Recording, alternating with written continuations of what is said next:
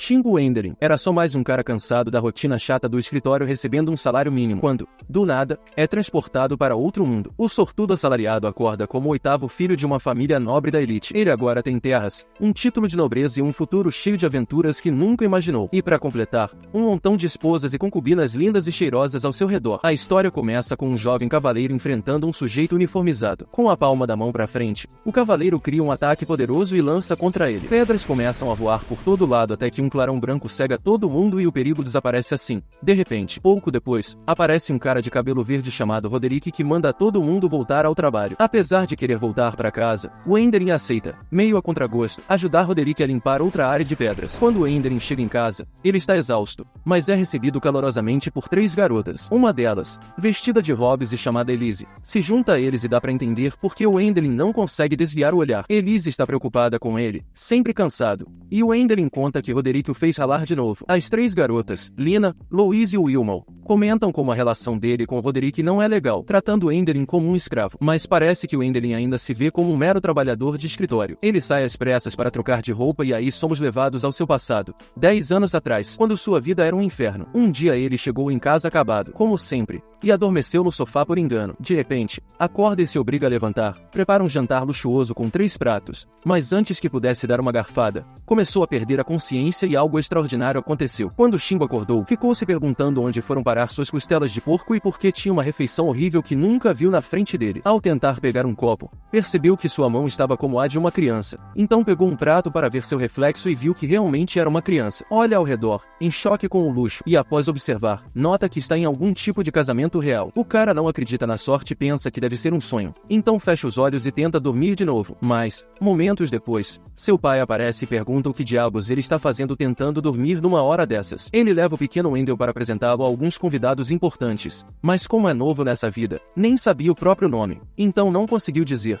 o que deixou seu pai envergonhado. Felizmente, seu irmão mais velho, Eric, chega na hora e desvia a atenção dele. Eric agradece a todos pela presença em nome dele e de Wendell. Acontece que o casamento é do irmão mais velho deles, Kurt, que está casando com a filha de um imperador. Após o discurso, Eric senta com o pequeno Enderyn e comenta como seu pai deve estar aliviado por uma filha nobre ter casado na família. O Enderyn olha ao redor, pensando que eles devem ser muito importantes para conseguir organizar uma cerimônia dessas, e curte um pouco da comida deliciosa à sua frente. Porém, no dia seguinte, ele fica chocado com a qualidade da comida no café da manhã, um contraste gritante com o dia anterior. Ele se vê obrigado a comer pão seco e uma sopa que tinha gosto de água. O Enderyn olha ao redor e percebe que o lugar parece pior que um abrigo para sem-teto. Então, depois do café, procura Eric para tentar entender o que está acontecendo. Ele conta a Eric que está confuso, pois no dia anterior eles tinham condições de fazer uma festa tão grande, mas o Eric logo explica que era tudo uma encenação para impressionar os convidados e que na real eles são tão pobres que precisam fazer empréstimo para comprar fiado. Piadas à parte, Eric diz que agora eles têm que manter a fachada nobre na frente dos outros, e é por isso que estão de volta ao pão e água. Nesse momento, o Enderyn pensa que talvez estivesse melhor na vida anterior, e para piorar, descobre que é o 8º filho, então suas vantagens são mínimas. Mais tarde, o Enderyn olha um mapa e vê que eles moram no reino de Elmer, que tem uma população de 1 milhão. Mas, ao olhar mais de perto, percebe que moram em Meisterknun, que tem só 800 habitantes, o menor da região toda. O Enderyn observa os arredores desolados, pensando que sua vida tá bem ferrada, mas justo quando pensa que não podia piorar, descobre que seu irmão Eric vai embora com outros 2 irmãos mais velhos. Acontece que todos decidiram ir embora depois que o irmão Kurt se casou, porque não dá para dividir as terras entre os 8. Eles deixarão de ser nobres, mas explicam que no fim das contas tudo se resume a habilidades, então eles vão se virar. O Enderyn implora para ir com eles, mas não pode, já que é só um pirralho, e assim seus 3 irmãos partem para descobrir seu propósito neste mundo. Furioso e determinado, o Enderyn vai à biblioteca para aprender qualquer coisa que possa mudar sua situação, mas infelizmente não encontra livros úteis. Ao devolver um livro, ele acidentalmente derruba uma bola junto com alguns papéis. O Enderyn pega o papel, que na verdade é um manual de instruções de uma bola de cristal mágica. Ele debocha da ideia de magia, mas algo faz continuar lendo. Está escrito que todos possuem mana, mas dizem que só 1 em cada 10.000 tem mana suficiente para conjurar magias. O Enderyn acha que é tudo lorota, mas, sem querer ter arrependimentos, decide arriscar e ver o que acontece. Ele tenta lançar um feitiço na bola de cristal, mas nada ocorre. No entanto, momentos depois, a bola de cristal brilha como um arco-íris, o que prova que ele tem alta aptidão para magia. O Enderyn começa imediatamente a procurar mais guias de magia, mas é surpreendido por seu pai, que manda ele largar os livros idiotas e buscar lenha na floresta. Mais tarde, ele tenta ativar suas habilidades mágicas, mas falha terrivelmente. Do nada, um homem misterioso aparece, descendo do céu, e declara que finalmente encontrou alguém com um nível de magia à altura do seu. O estranho charmoso é ninguém menos que Alfred Highford, um mago que foi o mágico supremo da corte do estimado Duque de Black Roder, uma das principais terras do reino deles. Eles sem querer provocam um javali selvagem que avança em um Enderyn, que quase se mija de medo. O Enderyn tenta fugir, mas o Alfred segura ele e faz enfrentar o medo. O javali selvagem parte para cima deles e o Enderyn tá quase se borrando. Mas quando o bicho se aproxima, ele lança um feitiço de vento que o joga para trás. Alfred parabeniza o Enderyn por usar sua primeira magia, e quando nosso prota pensa que não tem mais surpresas, Alfred solta a bomba. Revela que o Enderyn está destinado a se tornar um mago ainda maior que ele. Mais tarde, o Enderyn entra em casa e é recebido pela visão de sua família, que está toda ocupada. Ele bebe uma xícara de água quente e chama de chá,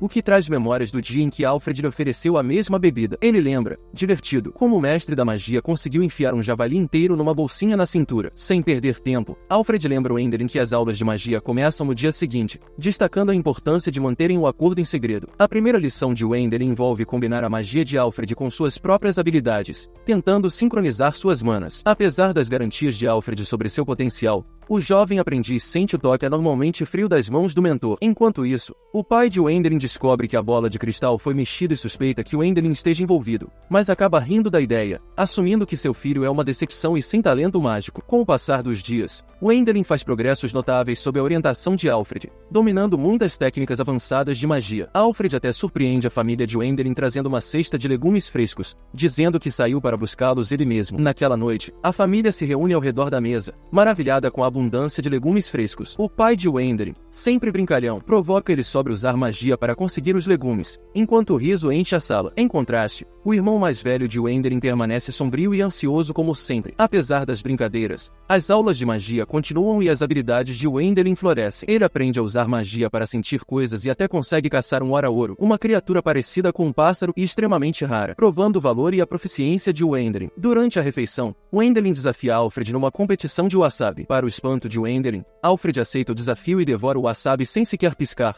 deixando Enderyn admirado. Alfred então adverte o Enderyn sobre os perigos de se aventurar demais sozinho e o alerta sobre os perigos da Floresta Encantada, cheia de monstros. Apesar dos riscos, muitas pessoas exploram a floresta em busca de ervas raras e medicinais, mas a maioria tá de olho mesmo em ficar rica rapidinho achando tesouros. Depois da janta, o Enderyn treina a manipular água e confessa para o Alfred suas suspeitas de que seu irmão mais velho tá espionando. Alfred percebe o medo do irmão de Enderyn em relação à herança e pergunta se o Enderyn quer ser um lorde, mas ele mostra desinteresse, preferindo não se sobrecarregar com tais responsabilidades. Alfred então sugere que o Enderyn pense na ideia de virar um aventureiro, parecido com a jornada dele. Inesperadamente, uma aura escura começa a envolver o braço do Alfred, causando-lhe uma dor intensa. Mais tarde, o Enderyn compartilha com sua família o sonho de se tornar um aventureiro, mas seu pai joga um balde de água fria, citando limitações financeiras que os impedem de mandar o Enderyn para a Academia de Aventureiros. No dia seguinte, Alfred senta com Enderyn e explica que a Academia de Aventureiros fica em Branchburg, um centro comercial agitado onde até crianças podem se juntar a guildas e vender itens de caça por dinheiro de verdade. A empolgação de Enderyn dispara com a possibilidade de juntar grana suficiente para pagar sua matrícula. Porém, para ser admitido, ele precisa dominar primeiro o feitiço de viagem para voar. Alfred demonstra o feitiço levantando Enderyn alto no céu, mostrando a ele uma vista de tirar o fôlego do mundo abaixo. Naquela mesma noite, a sinistra aura escura retorna, envolvendo o corpo inteiro de Alfred e causando-lhe uma dor excruciante. No dia seguinte, enquanto pratica o feitiço de voo, Alfred informa o Enderyn que o treinamento deles vai terminar em breve. O Enderyn progrediu incrivelmente e agora está pronto para começar sua jornada. Durante uma refeição noturna em casa, o pai deles conta uma história arrepiante sobre os mortos sussurrantes na floresta próxima, uma criatura morta-viva com inteligência. O Enderyn de repente percebe que Alfred é uma dessas criaturas e sai correndo à procura dele. Alfred revela sua verdade para o Enderyn. Ele se tornou um dos mortos sussurrantes há 5 anos, quando o filho mais velho do Duque anterior adoeceu, levando o Duque a uma jornada pela Floresta Encantada em busca de uma cura. Alfred o acompanhou para proteção, mas eles eram poucos diante de um exército de 2000 monstros. Exausto e sobrecarregado, Alfred carregava um profundo arrependimento que o transformou em um morto sussurrante. Porém, essas criaturas seguem em frente quando seus desejos são realizados. O desejo de Alfred era passar seu conhecimento mágico, um objetivo que ele conseguiu cumprir. Como um teste final, Alfred instrui o Enderyn a realizar magia sagrada e purificá-lo, acabando assim com sua existência. Inicialmente resistente, Wendelin eventualmente concorda em honrar os desejos de Alfred. Com medo, ele segue as instruções de seu mestre e o purifica, observando enquanto Alfred desaparece no vazio. Anos passam e um Wendelin mais jovem, armado com suas habilidades mágicas e conhecimento recém-adquirido, deixa sua casa com seus pertences, embarcando em sua jornada para se tornar um aventureiro. Ao chegar na academia de aventureiros, Wendelin está cheio de esperança, ansioso para fazer amigos e começar sua nova jornada. Enquanto Wendelin espera nervosamente que alguém se aproxime, chega a sua vez de se apresentar, e para seu desgosto,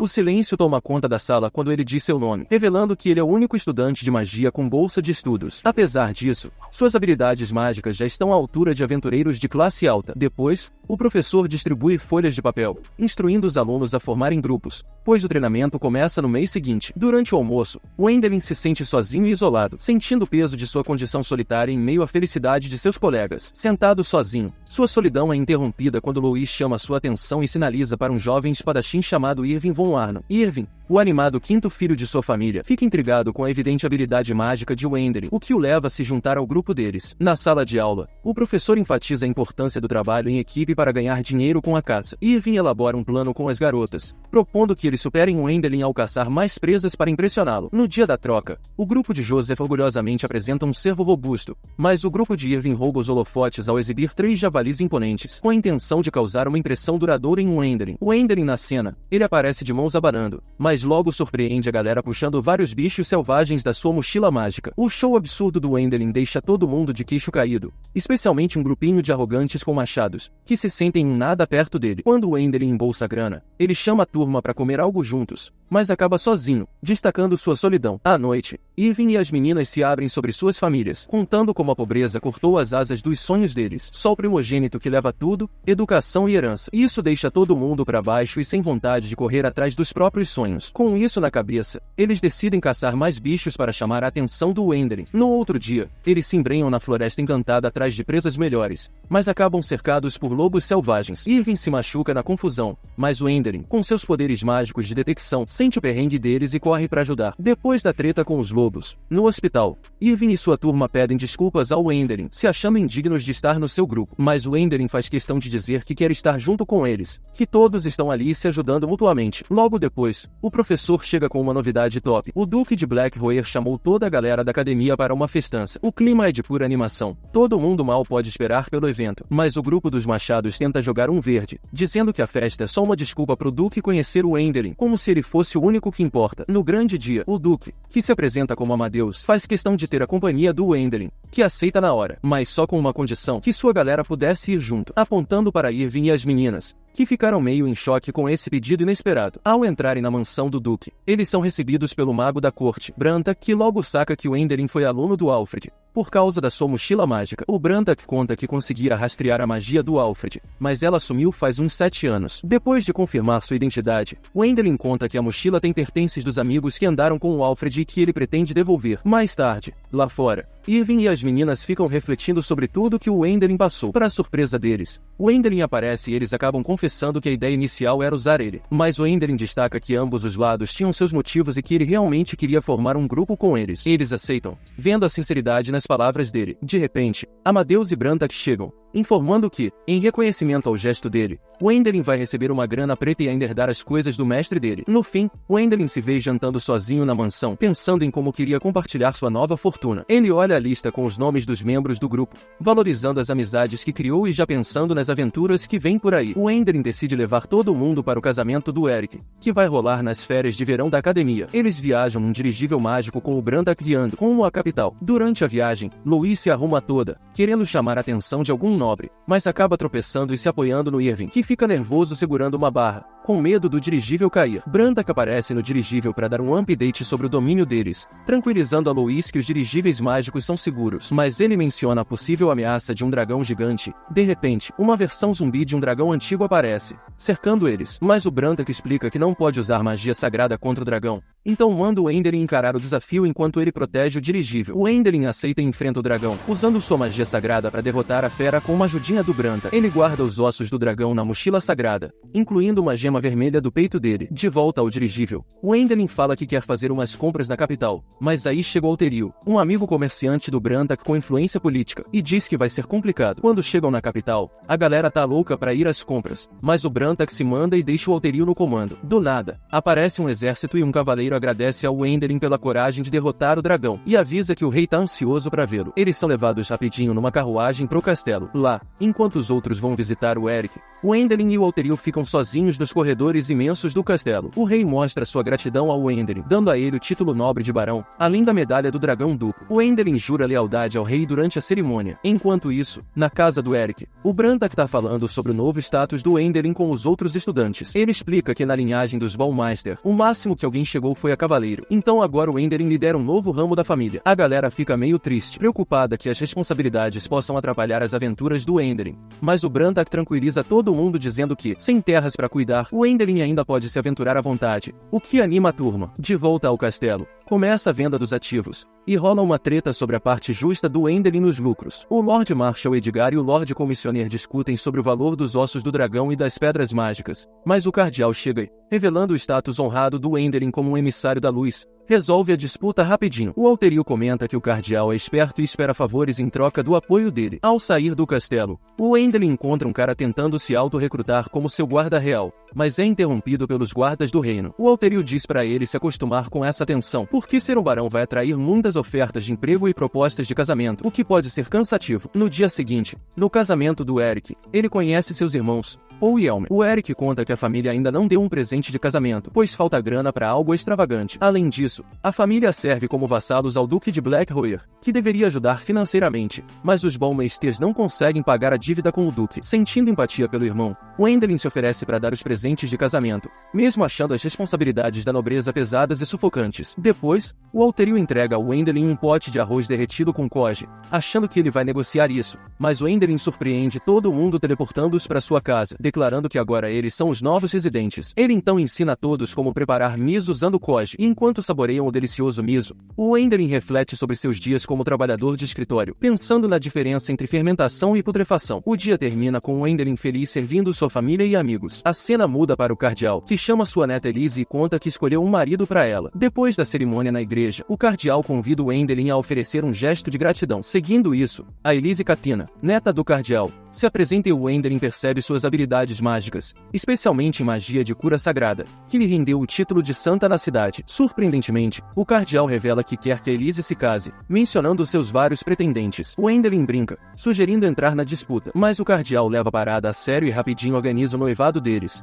mostrando seu taco político. Depois, ele conversa sobre o noivado com seu mordomo, revelando que já tinha o aval do rei e também reconhece o presentão que o Endelin deu, sacando a influência da igreja. Enquanto isso, o Endelin, disfarçado de palhaço, compartilha a novidade do noivado com os amigos. Ele percebe que casamentos românticos para nobres são raridade, e casar por amor então, nem se fala. A esposa do irmão dele ajuda ele com a fantasia de palhaço, enquanto o Endelin vai para as ruas disfarçado de coringa, tentando não ser reconhecido. O cara, com o coração partido, só queria curtir as vistas da capital sem estresse. Porém, um espião o vê e o identifica, causando a maior confusão e fazendo com que o pessoal comece a reconhecê-lo. Com isso, uma multidão se forma e, para fugir da galera, ele se teleporta de volta. Lá em Teren, o Endelin desabafa com Irving e Eric sobre ser reconhecido. Irving sugere que ele contrate um guarda-costas, e ele aceita, fazendo dele seu capanga. Depois, o Endelin se teleporta para a casa do cardeal, onde ele encontra a Elise. Eles vão pro telhado para terem uma conversa reservada, porque ele quer saber a real dela sobre o noivado, já que não quer ficar preso num casamento infeliz a vida toda. Por sorte, quando ele pergunta, ela diz que tá feliz com o acordo, o que o deixa aliviado. À noite, de volta à mansão do Endelin, ele conta para as meninas sobre o novo trampo, despertando o interesse delas em serem contratadas também. Mas o Irving zoa elas, falando que iam virar subordinadas dele, o que elas recusam na hora. Ao invés disso, elas sugerem, brincando, que poderiam virar concubinas do Endelin. A Louise começa a criar roupas, explicando para Anna que virar concubina do Endelin poderia dar a ela a chance de abrir uma escola e ganhar reconhecimento da família. Enquanto as meninas debatem sobre roupas, o Endelin recebe um convite para um encontro com a Elise. No dia seguinte, eles almoçam juntos, e depois da refeição, o mordomo sugere que, como um cavalheiro, o Endelin deveria considerar dar um presente para Elise. Sem graça, ele concorda e eles vão até uma joalheria olhar alianças de noivado. Mas o Endelin se assusta com os preços altos. Mas depois de pensar bem, ele escolhe um anel de noivado especial, com uma pedra mágica que custa 300 moedas de ouro. Durante a volta para casa de carruagem, a Lizzie pensa que o Enderlin escolheu o anel porque ele permite armazenar mana na pedra. Mas ele surpreende ela dizendo que escolheu porque achou perfeito para ela. Elise fica lisonjeada com a sinceridade dele e emocionada quando o Enderlin infunde mana na pedra, fazendo-a brilhar e revelar o universo dentro dela. Enquanto isso,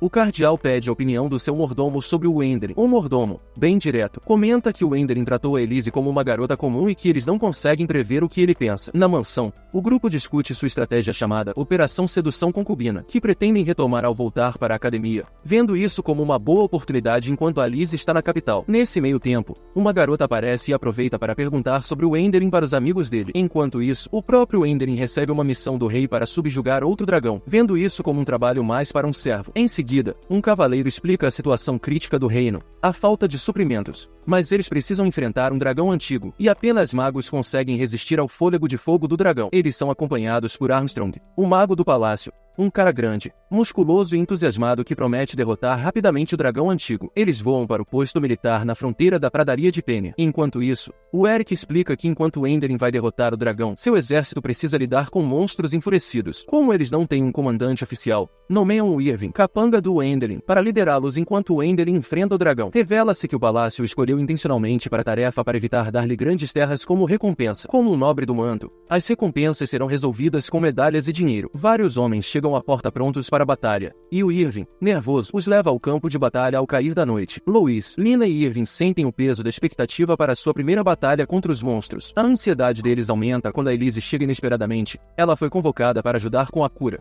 mas fica triste ao saber que o Enderlin foi confrontar o dragão. Na manhã seguinte, Armstrong, Brent e o Enderlin chegam ao campo de batalha. Armstrong veste uma armadura mágica e enfrenta o dragão rapidamente, dominando. No entanto, a armadura drena sua magia rapidamente, o que é um risco se ele esgotar completamente. Por isso, ele se concentra em conter o dragão, permitindo que o Enderlin dê o golpe final com um ataque decisivo. Eles derrotam o dragão, e o Enderlin guarda os restos dele em sua bolsa mágica. O Brandak sugere vender as partes do dragão, mas o Enderlin e o Armstrong o alertam sobre a ameaça iminente de mais monstros. Enquanto isso, os rapazes curtem um café da manhã quando um soldado chega com notícias da vitória do Enderlin sobre o dragão, e os soldados se preparam para voltar. Eles ficam aliviados, mas a alegria dura pouco ao saberem do número esmagador de monstros da linha de frente. Quando a mana da Liz acaba, ela recarrega usando a gema do seu anel, lembrando da afirmação anterior do Enderlin de que estava fingindo ser um herói. Ela percebe que, se ele consegue encontrar coragem, ela também pode, mesmo nos momentos de mana esgotada. Continuando a cuidar dos medicamentos, a Liz ouve os soldados elogiando o Enderlin, falando muito bem dele. Uma manhã,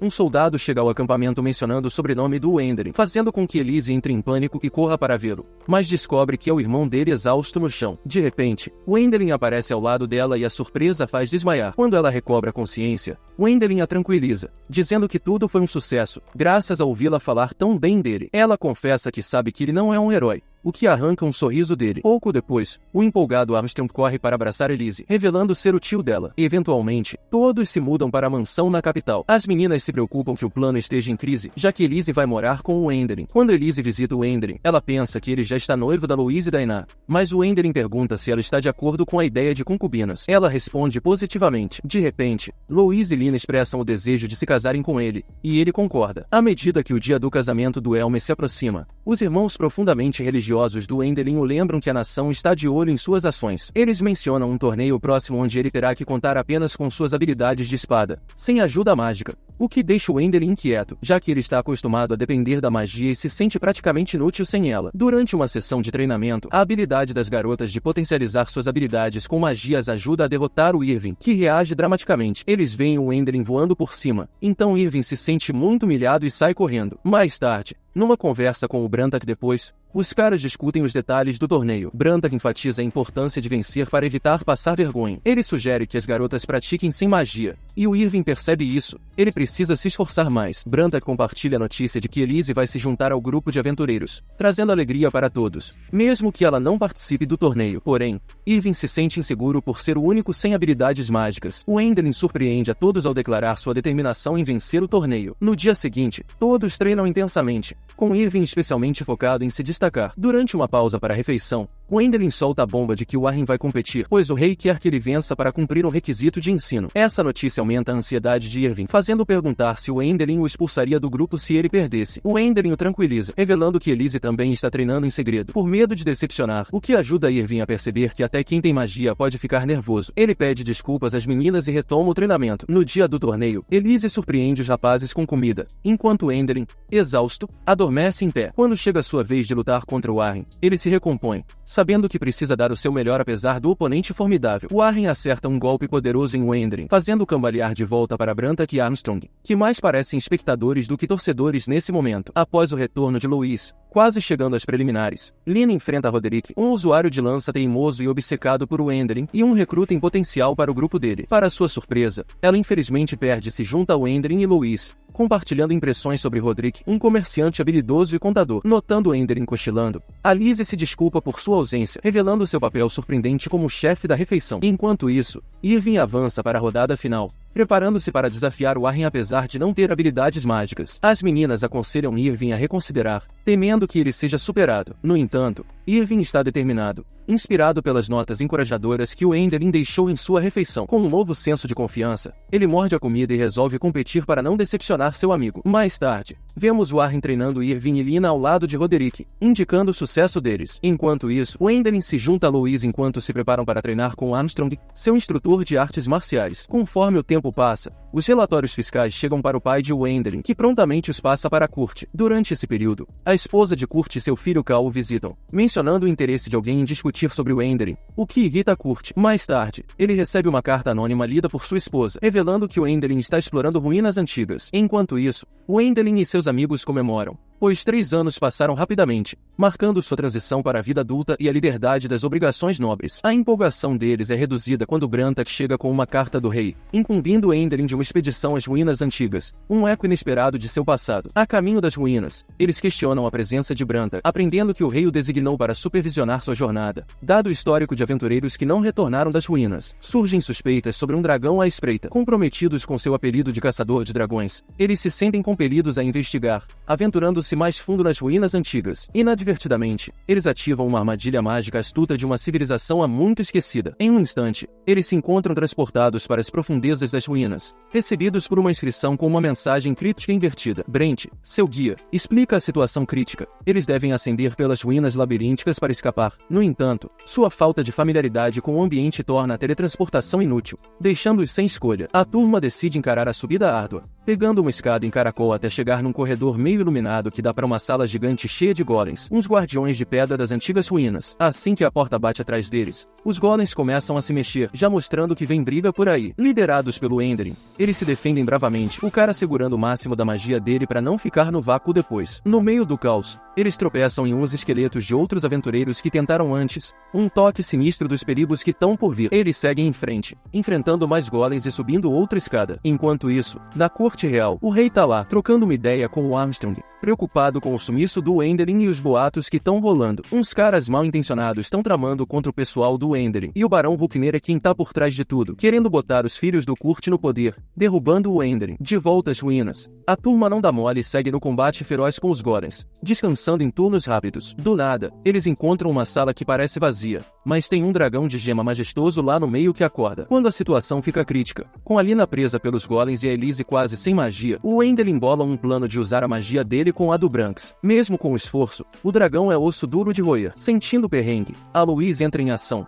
cura a Lina e lança um feitiço que faz o Endelin e ela se beijarem, soltando um poder brabo que acaba com o dragão. Eles desmaiam de cansaço, mas quando acordam estão numa cama, e parece que a prova deles acabou. Enquanto se recuperam, o Endelin ouve as meninas falando sobre o feitiço doido da Elise. Elas sabem que o beijo não era necessário, mas entendem a vibe. Depois, o Endelin e a Elise vão para uma biblioteca nas ruínas. Encontram o Branks que conta sobre a origem do lugar, que foi feito por um mago poderoso, o Conde Kelber. Explorando mais, eles acham os núcleos mágicos antigos e descobrem um esconderijo secreto. Quando voltam para o castelo, começam a olhar o que acharam e ficam sabendo que o rei quer comprar tudo, menos o círculo mágico. O rei oferece só 2 milhões milhões de moedas de ouro para cada um, deixando o Enderlin boladão. Depois, tomando um chá com o Armstrong, o Enderlin decide que vai vazar da capital para curtir mais aventuras no reino. O Armstrong se compromete a descobrir quem está espalhando os boatos. Surpreso com a grana que acabou sobrando, 10 milhões de moedas de ouro, o Enderlin pensa nos problemas que isso pode trazer. Enquanto isso, num canto qualquer, os inimigos dele ficam sabendo que ele sobreviveu e já planejam sumir com ele de novo. Nesse momento,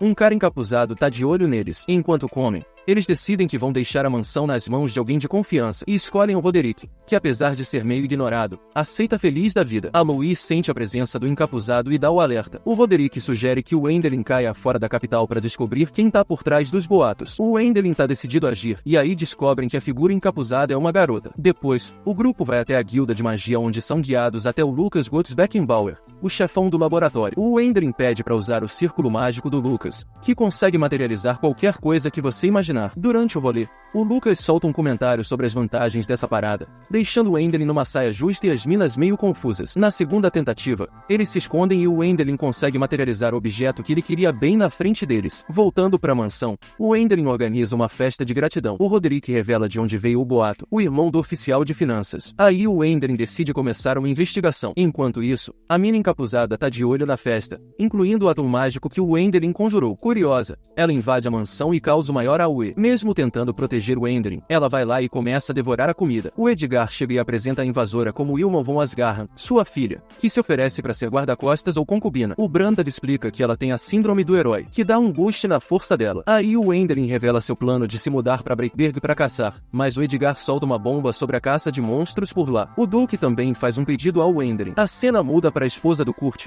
que conta pro marido sobre o esquema do irmão dele. Ela tá preocupada com a avareza do Kurt, mas se choca ao ver o Enderlin e os outros pirralhos fora da janela. A galera vai para a casa dos pais do Enderlin, onde ele toma um chá sem gosto que lembra os tempos de vacas magras. O pai dele, Sir Arthur, conta que há 15 anos, o Duque de Blackroyer liderou um exército na Floresta Encantada atrás de uma cura mágica, mas acabaram todos mortos. O Alfred Rayford também estava nesse exército. O Brantak conta que agora os corpos desses soldados viraram zumbis. Ele diz que o Duque encarregou ele e o Enderlin de purificar todos os mortos-vivos antes que eles se transformem em algo pior, tipo lixes. Como os zumbis estão nas terras deles, o Kurt tem direito a 30% do lucro dos materiais dos zumbis, mas o Kurt, na ganância, exige 50% e quer deixar os pertences dos zumbis na floresta em vez de fazer um funeral decente. Ele diz que os soldados eram pobres e que já fizeram os funerais. As garotas defendem o Prota, falando que, mesmo sendo o irmão mais novo, ele ainda é barão. E isso deixa o Kurt ainda mais pistola. Depois, o Kurt começa a mandar nos moradores para trabalhar, mas eles querem saber do Enderlin e do trampo dele de purificar os parentes deles. Um lord fala que quer que o matador de dragões purifique o filho dele, mas o Kurt não mostra emoção nenhuma. Aí muda para a casa do Kurt, onde a Marlene, esposa do Herman, preparou uma torta para mostrar apoio ao Enderlin. Ela conta que o avô dela também virou um morto-vivo e ele promete devolver os pertences dele. Ela até sugere que ele deveria ser o Lorde da região, o que deixa o Herman preocupado, porque o Kurt detesta o Enderlin. O Enderlin percebe a inveja e o ódio que o Kurt tem do sucesso dele, e como ele é odiado pelos empregados e moradores, que preferem que o Enderlin assuma o comando. No dia seguinte começa a purificação e, com a ajuda da Lisa, o Enderlin expande o alcance da purificação, criando uma barreira que limpa qualquer morto-vivo que passa por ela. Mas o avô da Marlene continua sumido entre os espíritos. De repente, aparece um dragão zumbi poderoso, e a Wilma o finaliza com o machado dela, facilitando a purificação. Mais monstros aparecem e o grupo entra na briga, purificando um por um, até que eles encontram o avô da Marlene, que agora é um Lich. Ele pergunta pela neta e o Enderlin garante que ela tá segura com uma pessoa de confiança. Isso acalma o espírito dele, e a Elise consegue purificar ele, permitindo que ele descanse em paz. Quando entregam as armaduras aos moradores, eles agradecem, mas o Kurt, com o ego abalado, intervém, insistindo que entreguem as armaduras ao ferreiro por causa da falta de ferro na região. Os moradores protestam, querendo usar as armaduras nos funerais. O Enderlin intervém, oferecendo um bloco grande de ferro ao Kurt, o que frustra ele mas faz os moradores verem o Enderlin como um líder em potencial. Quando volta para o estado do Duque, o Enderlin recebe ordens de voltar para a vila para supervisionar a organização dos pertences dos moradores. Lá eles fazem um funeral com a Elise liderando as orações. Começam a surgir conversas sobre a ausência do Kurt, e o prefeito, de disfarçado de Mike, escuta o que os moradores falam. Eles distraem o grupo, que chama a atenção do prefeito, que depois faz uma proposta para o Enderyn se tornar o Lorde da região, revelando que isso é um desejo do palácio. A chegada do Brantak confirma o endosso do palácio ao Enderyn como o Lorde das Terras. O Brantak leva o Enderyn para uma conversa privada, falando sobre a história de liderança ruim da região, caracterizada por incompetência e corrupção, exemplificada pelo comportamento terrível do Kurt. Para consertar isso, o rei bolou um plano secreto com seus conselheiros de confiança para atrair o Kurt a atacar o Enderyn, resultando na prisão dele e renúncia subsequente, abrindo caminho para o Enderyn virar Lorde. A missão de purificação dos mortos-vivos do Duque serviu como distração para executar esse esquema. Quando o Enderyn questiona o Brantak sobre a demora em contar esse plano, o Brantak garante que o resultado seria o mesmo, independente do conhecimento prévio do Enderyn. O Enderyn expressa preocupação sobre os potenciais perigos do plano. O Enderyn reconhece os pontos do Brantak sobre a influência, poder e recursos financeiros que ele tem, admitindo que talvez ele realmente seja o melhor para liderar o desenvolvimento da região. No dia seguinte, o Enderyn conta para os amigos sobre o plano do palácio. Eles acham uma boa e o incentivam a topar sem pensar demais, como ele costuma fazer. Logo depois, os sobrinhos dele chegam e visitam o Enderyn. No seu estilo típico de tio mágico encantador, ele diverte a galera com truques, tipo criar bolhas de água e mini arco-íris. Vendo a inocência das crianças, os amigos dele ficam com pena, sabendo que uma vez que o pai deles for tirado do cargo, eles podem perder os títulos nobres e até serem exilados. Mais tarde, durante um jantar com o Herman, o Enderyn e seus amigos se assustam com gritaria lá fora. Investigando, encontram uma turma de moradores revoltados a caminho da casa do Lorde atual, pedindo que o Enderyn seja nomeado herdeiro. Tranquilos com a ideia de se meterem em confusão,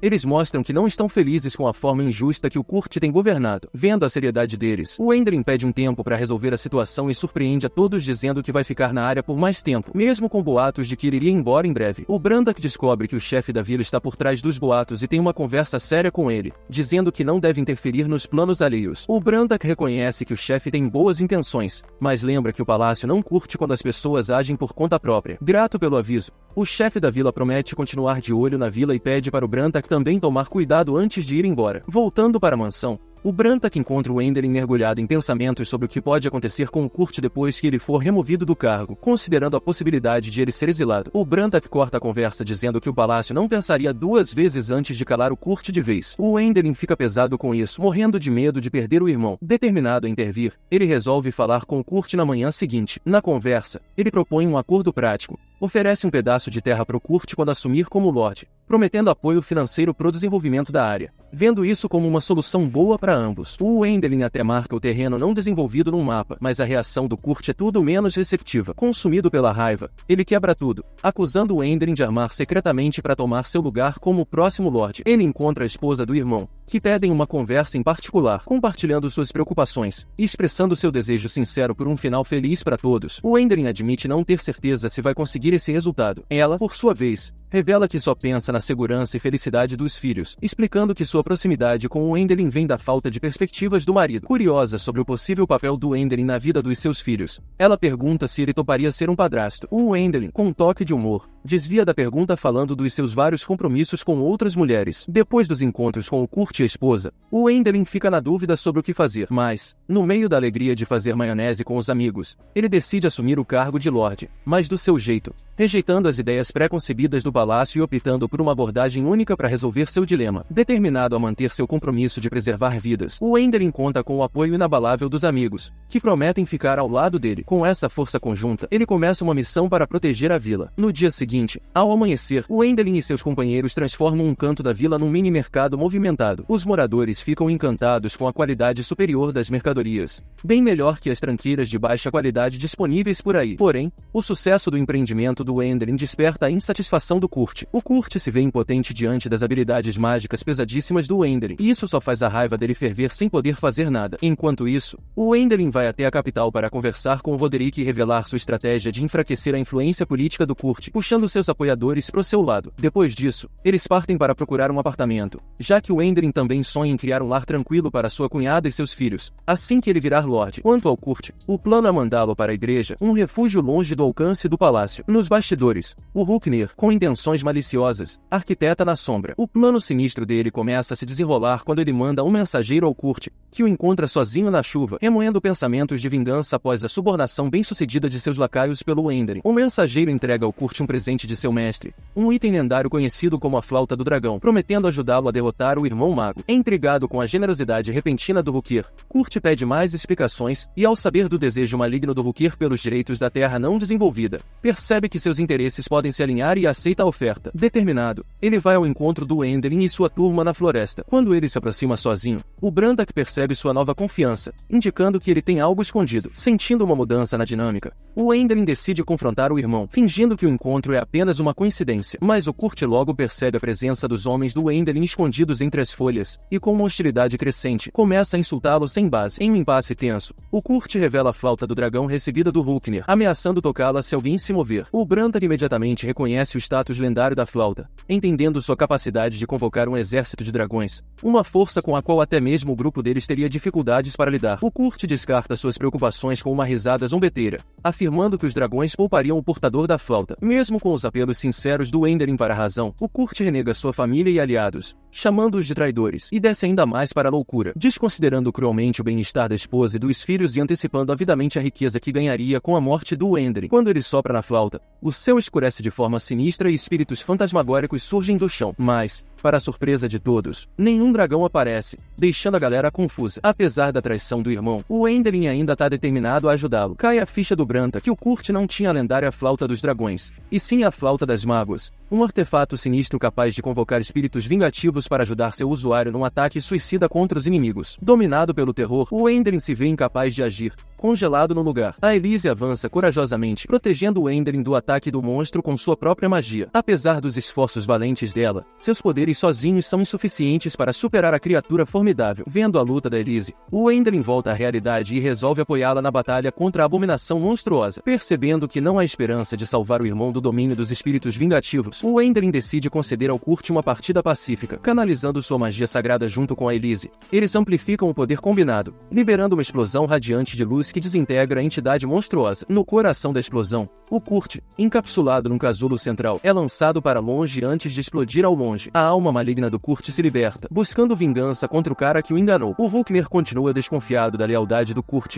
achando que ele é só um bobão do interior. De repente, o espírito vingativo do Kurt estoura a janela do ambiente, se vingando do Ruknir e seus comparsas. No dia seguinte, o Oendarin chega na capital e encontra o Roderick perto do local do incidente. Ele fica sabendo dos eventos macabros que rolaram, com o Kurt sendo responsável pelas mortes do Ruknir, dos convidados da festa e de todas as suas famílias. Chocantemente, as vítimas incluem 12 famílias nobres, causando um impacto profundo no reino. Mais tarde, quando Prota encontra o Armstrong e o Brantak, ele conta que o seu irmão Herman decidiu abrigar a cunhada e os filhos dela. Refletindo sobre a situação, ele expressa sua frustração com a manipulação egoísta dos nobres, usando os outros como peões e agindo nas sombras. Ele xinga o Ruknir e condena os nobres alinhados com o rei, chamando todos eles de egoístas. No entanto, o Brantak interrompe, pedindo ao Oendarin para refletir e reconhecer seu próprio status como nobre. O peso das palavras do Brantak cai pesado sobre o Oendarin, mergulhando em um estado profundo de tristeza que perdura por vários dias. Percebendo a angústia do cara, Elise nota o conflito interno dele e oferece um pouco de paz e consolo, garantindo que ele não tem culpa pelo que os outros fazem. Essas palavras reconfortantes dão uma acalmada no coração atribulado do Oendarin, inspirando-o a rejeitar a frieza dos nobres ao redor e prometer se tornar um líder compassivo e generoso. O Oendarin vai ao encontro do rei assim que resolve as pendências em casa. Impressionado pela maneira rápida como Oendarin lidou com os mortos-vivos em seu território, o rei elogia ele e ainda lhe dá a terra como recompensa. Reconhecendo também o desafio de desenvolver essas terras vastas,